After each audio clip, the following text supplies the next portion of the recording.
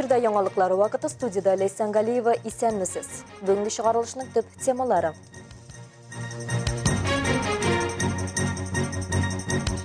Ознақайда елның 100-ші қауышқан парын құтладылар.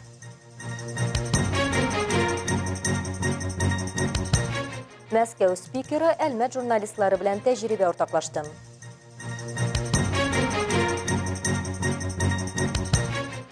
Шәһәр пляжында бадминтон ярышлары узды. Әлмәт районы гражданлык халәте актыларын теркәү идарәсе июль айына нәтиҗәләр чыгарды. Бу чорда Әлмәттә 157 бала туган. Аларның 76-сы малай һәм 81-е кыз. Шул исәптән 2 игезәк. Бу айда туган сабыйның минималь авырлыгы 720 грамм, максималь авырлыгы 5030 грамм булган. Иң яшь әнигә 18, иң җитлеккәне 45 яшьлек. Ир-атлар арасында 22 һәм 58 яшь. Июльнең популяр исемнәре Марк, Артем, Эмилия. Сирәк исемнәр арасында Клим, Элай, Әкрәм, Таира, Афина, Ясин, Павла. Ознакайда 2023 елның 100-ші парын құтлау тантанасы узды. Шәһәрнең никахлашу сарайына яшьләрне құтларга район җитәкчелеге, гражданлык халәте актларын теркәү бүлеге хезмәткәрләре, яшь парларның әти-әниләре, туганнары, дуслары җыелган иде. Илмира Шәрифуллина дәвам итә. Һәр ел сайын агымдагы елның 100-нче яшь парын зурлап тәбрик итү районда матур традиция санала. 2023 елның 100-нче пары булып, актлар китабына Абдуллиннар гаиләсе теркәлә.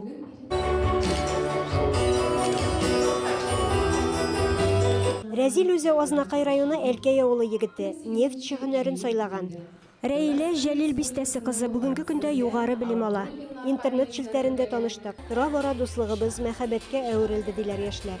Ул армиядә булганда ничектер телефоннан сөйләшеп, шулай таныштык, аннары очраштык инде. Армиядә булганда сөйләшкәндә шулай итеп сөйләшеп киттек тә инде. Аннары күрешә башлагачтан охшап китте инде. Шулай итеп йөри башлады, яраттым.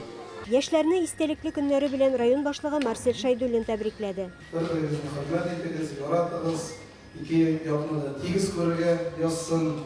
Шулай балалар белән, бәбиләр белән күбрәк безне шатландырырга язсын. Яшьләрнең шатлыгын әти-әниләр, дуслары, туганнары да уртаклашты. Абдуллиннар гаиләсенә килгәндә, алар авылда иң үрнәк гаиләләрнең берсе. Алар шул хәтле матур яшиләр. Менә 2 бала үстерәләр. Инде улы егетләрен, менә улы улларын инде улы тормыш юлына чыгарып җибәрделәр дип әйтик инде. Кызлары үсеп килә бик матур гына, акыллы гына балалары. Аннан тырыш гаилә инде, эшкә нык яраталар. Менә уңган булган бакчалары инде гөл кебек чәчәк атып утыра. Уңган гаилә, тырыш гаилә. Тату гаиләдә үскән егет һәм кыз әти-әниләр йөзенә кызыллык китермәс дип ышаналар өлкәннәр. Татнефть компаниясе белән төзелгән әлеге күркәм никахлашу сарае бүген кунаклар кабул итә. Чыннан да әлеге ак бинада теләгән ак теләкләр кабул булсын. Яшьләрнең мәхәббәтләре гомерлек булсын. Илмира Шәрифуллина, Рамил Исламов, Рөстәм Акбаров. Яңалыклар вакыты Луш Әлмәт телекомпаниясе. Әлмәт иҗтимагый үзәге профессиональ журналистларны һәм журналист һөнәрен әле сойларга гына теләүчеләрне живая профессия, төрі һөнәр мастер-классына җыйды. Бирдә күренекле Мәскәү спикеры телевидение эфирләренә төшендерде. Әлмәт кунагы белән танышып, без дә кызыклы тәҗрибә алу мөмкинлеге белән файдаландык. Почему журналистика – это живая профессия? Подожди. Наверное, когда журналист идет, так сказать, прямой эфир, он общается с другими людьми, спрашивает, наверное, из-за этого живая. Отлично, супер, согласна. Мастер-класс спикеры федераль масштабтагы зур форумнар һәм матбугат конференцияләре модераторы. Табиблар өчен беренче ТВ мәктәп клубын оештыручы Елена Войцеховская. Тумышы белән Лениногор шәһәреннән 15 ел элек журналист һөнәрен сайлап, бүгенге көндә табиблар һәм үз сәламәтлеген кайгыртучылар өчен файдалы доктор телеканалының алып баручысы. До этого я проработала на федеральных каналах, в политике, в обществе, в культуре. Но когда я стала работать с врачами, я поняла, что это наши люди. Они такие же, как мы, журналисты. Дотошливые, сумасшедшие, и они до безумия любят других людей. Шара барышында һөнәр бонуслары, үсеш юлына комачаулаучы су асты ташлары хакында сүз барды. Журналистикада махсуслашу, туры эфирда эшләү һәм берничә вазифаны берләштерү турында да кызыклы мәгълүмат бирелде. Бездә исә коллегаларның ничек эшләве кызыксыну уятты.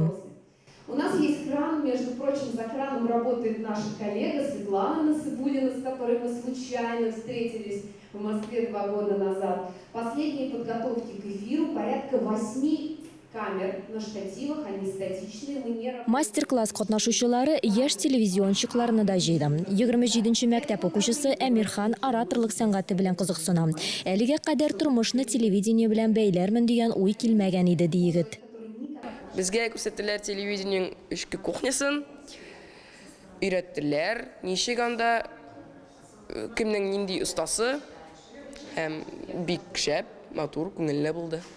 Журналист һөнәре югары шәхси һәм профессиональ сыйфатларны, намуслы, белемле булуны, мөстәкыйль фикерләү, вакыйгаларга тирән анализ ясый белүне, әйтелгән яки язылган һәр сүз өчен социаль җаваплылык тоюны таләп итә. Объектив мәгълүмат бирү кешелеклеккә, гаделлеккә хезмәт итү һөнәри осталыкка бәйле. Я считаю, что в нашей профессии самое важное качество журналиста – это человек-импровизатор. Но хорошая импровизация – это подготовленная импровизация.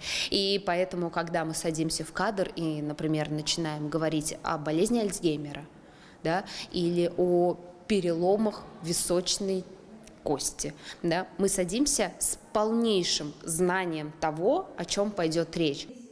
Тәҗрибә уртаклашу һәр вакыт файдалы. Тележурналист Мәскәүгә дә якташларын җыеп мастер-класс үткәрергә вәгъдә биреп калды. 3нче ел рәттән республикабызның нефтчеләр башкаласын яңгыртучы Җәй Кара көз фестивале уза. Аның кысаларында бу ялларда Норлат, Лениногорск һәм Әлмәттә этно-мәдәни чаралар узды. Калабыз халкы һәм кунаклары урам мәдәнияте фестивале катнашучылары һәм тамашачылар да була алды.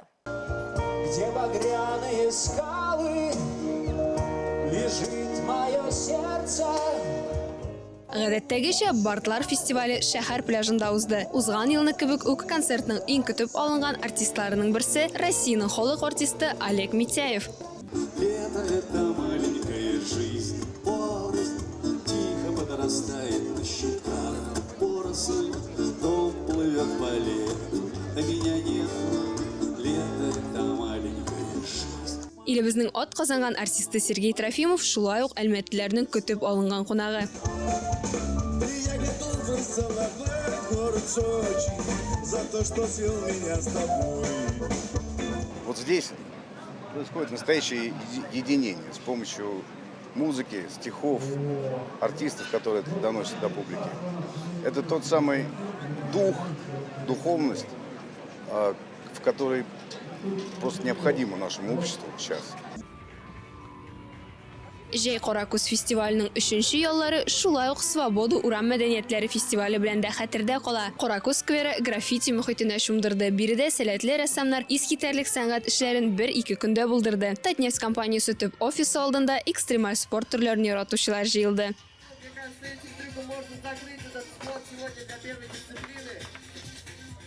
Уже не первый год мы работаем совместно с Каракузом, мы проводим фестивали, соревнования по экстремальным видам спорта в 3 дисциплинах – скейт, BMX и кикскут.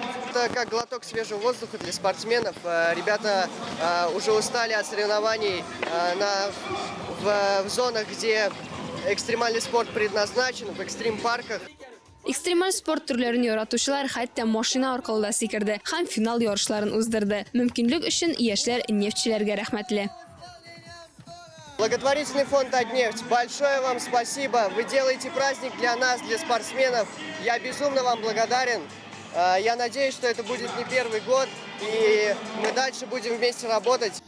Свобода ирек урам мәдәнияте фестивалендә Юна Аумаш Илгиз бенд башкаруында заманча татар көйләре дә яңгырады. Кунаклар арасында шулай ук полк төркеме.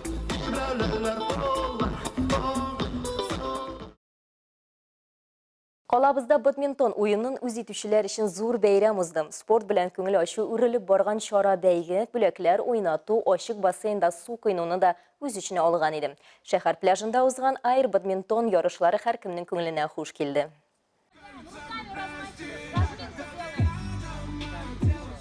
Эйр бадминтон Әлмәтнең шәһәр пляжында бадминтон буенча уза торган икенче турнир. Ул ярышу форматында гына түгел, тулы бер спорт бәйрәме итеп үткәрелә. Мин инде үзем шушы бадминтон белән бер 15 ел шөгыльләнәм. Хәзер Biz o'zim municipal komandada da qatnasham, men Oznaqay rayonining ham meni shu festivalda mana o'zimizning komandani Oznaqay rayonidan jiyib keldik.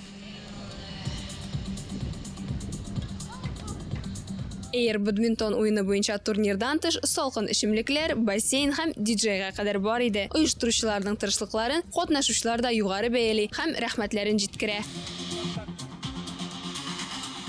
Badminton o'zincha bir shunday shug'ul, sen anda joning bilan, taning bilan kirib ketasan, ham endi butun dunyodagi kundalik rutinani deb aytganda unutilib, shunda boshimda jolayta o'zim bilan jonim tanim bilan jolaytasan endi shu badmintonda mana menga bek xushroq.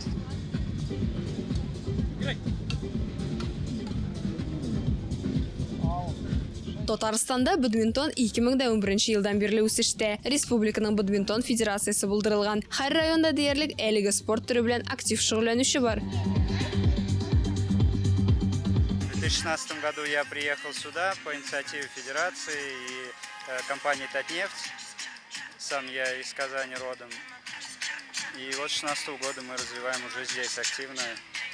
Имеем и клуб, имеем спортсменов уровня сборной республики, призеров российских соревнований. И проводим вот пляжные такие мероприятия.